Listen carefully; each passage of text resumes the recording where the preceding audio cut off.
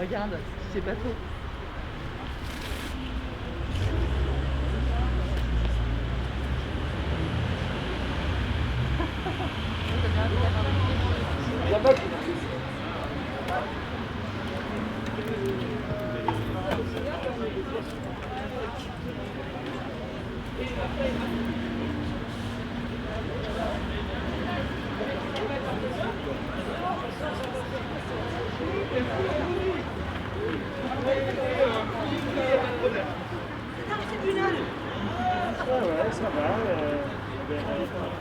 Bon, donc là, Yann Sonneau et un micro à disposition des organisateurs.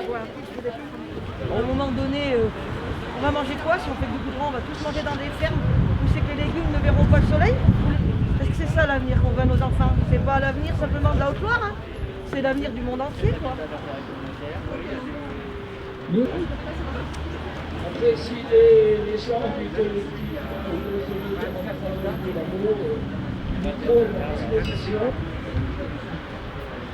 Dans les arguments pour faire cette déviation à 2 fois 2 voies de ces 2 petites communes de Haute-Loire, c'est le gain de temps, un des arguments. 10 minutes, tous les calculs, et même l'autorité environnementale, arrivent à 2 ou 3 minutes de gagner, et 1 minute pour les poids lourds. Donc l'argument est complètement faux. L'autre argument, c'est l'accidentologie. L'accidentologie a été, quand elle a été amenée dans chaque dossier, elle a été amenée de façon très vague, avec un tronçon qui est beaucoup plus large que le tronçon vraiment concerné par cette déviation. C'est-à-dire qu'il y a une zone, en venant de Saint-Étienne pour aller au Puy, il y a une zone vers Yssingeaux qui est très accidentogène. Il y a 2 boîtes de nuit, il y a des entrées qui ne sont pas évidentes sur la voie rapide. Et là, il y a eu beaucoup d'accidents. Sauf que quand, dans les études, ce qui est pris en compte, c'est de Yssingeaux jusqu'au Puy. Jamais le petit tronçon où là, il n'y a eu qu'un seul accident mortel en 10 ans de jeunes qui sortaient de boîte de nuit, qui ont été condamnés pour excès de vitesse, stupéfiants, alcool. Donc il n'y a rien à voir avec le tracé actuel de la route. Donc là, l'argument accidentologie est complètement faux. Vous étiez voir un vieux projet pour cette déviation de 10 km qui va coûter plus de 200 millions d'euros.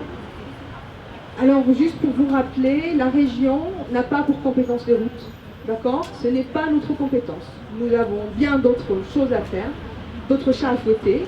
On a notamment la formation professionnelle qui, elle, a été totalement abîmée par le président Wauquiez. Je parle bien de lui parce qu'il est bien le seul à décider, hein. Les autres ne font que suivre. Il a bien abîmé la formation, ça a été des millions d'euros de baisse chaque année, 30 à 40 millions par an de baisse sur une compétence clé. Et évidemment, cet argent-là, il a dit qu'il a fait des économies. C'était le président qui a le mieux géré de toute la France, qui a le meilleur gestionnaire de région de France. En fait, il a fait des économies sur des compétences dont on avait besoin.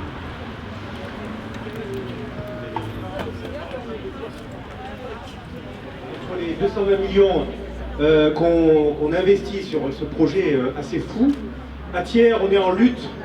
En Auvergne-Rhône-Alpes, on est en lutte pour la réouverture du tronçon Clermont, Thiers, Bouin, Saint-Étienne, Lyon, donc la transversale la plus courte pour relier 3 métropoles, qui concerne plus d'1 million d'habitants.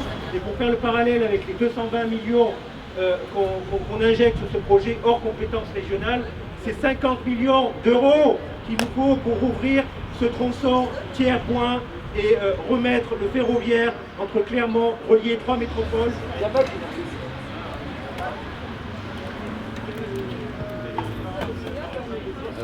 Donc, puisque la procédure, ça a été que nous, on fasse un mémoire pour faire un référé qui accompagne la demande de recours. Le référé, donc vous savez tous que c'est une procédure d'urgence qui permet, en même temps qu'on fait un recours sur une décision administrative, là c'est l'arrêté du préfet, l'arrêté d'autorisation environnementale, qui permet, éventuellement si la réponse est positive, d'arrêter les travaux en urgence, sans pour autant que le recours soit jugé sur le fond parce que le recours, ça va mettre 1 an, 2 ans, 3 ans à être jugé.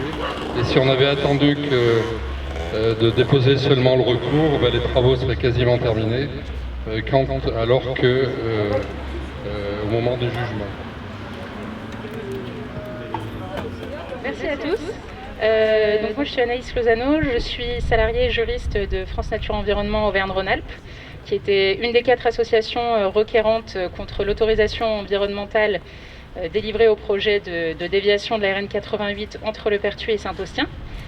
Donc on était co-requérant avec FNE Haute-Loire, mais également avec SOS Loire Vivante et avec l'association des usagers de transport d'Auvergne.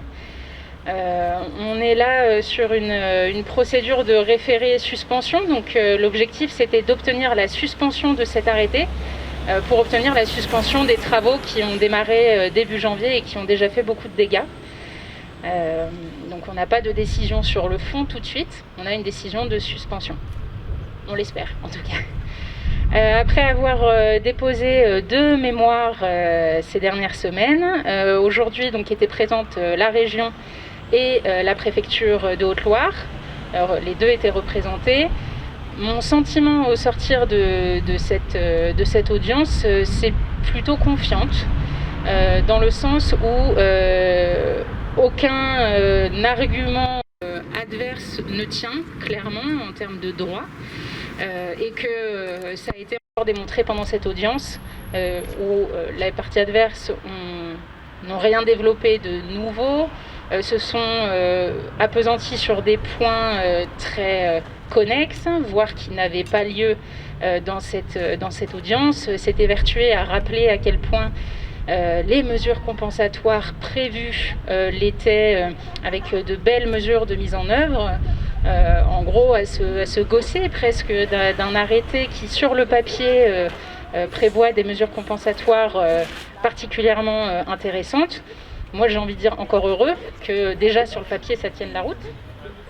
Maintenant, ce qu'on a déjà pu démontrer dans notre recours, c'est que ces mesures de compensation sont purement fictives puisque les terrains ne sont pas acquis, qu'on sait très bien qu'on n'aura pas les terrains pour les mettre en œuvre, que l'ampleur des mesures compensatoires qui sont prévues dans ce projet sont énormes, traduisent l'ampleur des impacts du projet. On est sur 150 hectares de compensation des atteintes aux espèces protégées, 45 hectares de compensation des atteintes aux zones humides pour 11 km de route.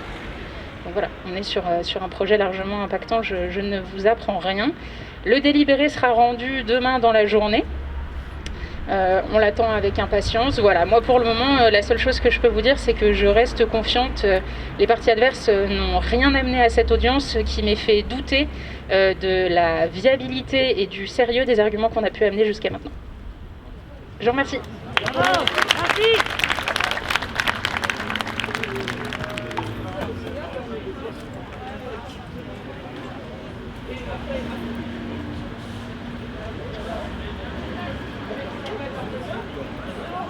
Sur les actions qui seront peut-être amenées hors juridique, c'est-à-dire que au point de vue du délibéré, donc on aura la réponse demain si l'arrêté suspensif est bien mis en œuvre. Soit il y a une suspension des travaux donc pendant tout le temps d'études sur le fond et on fait la fête, soit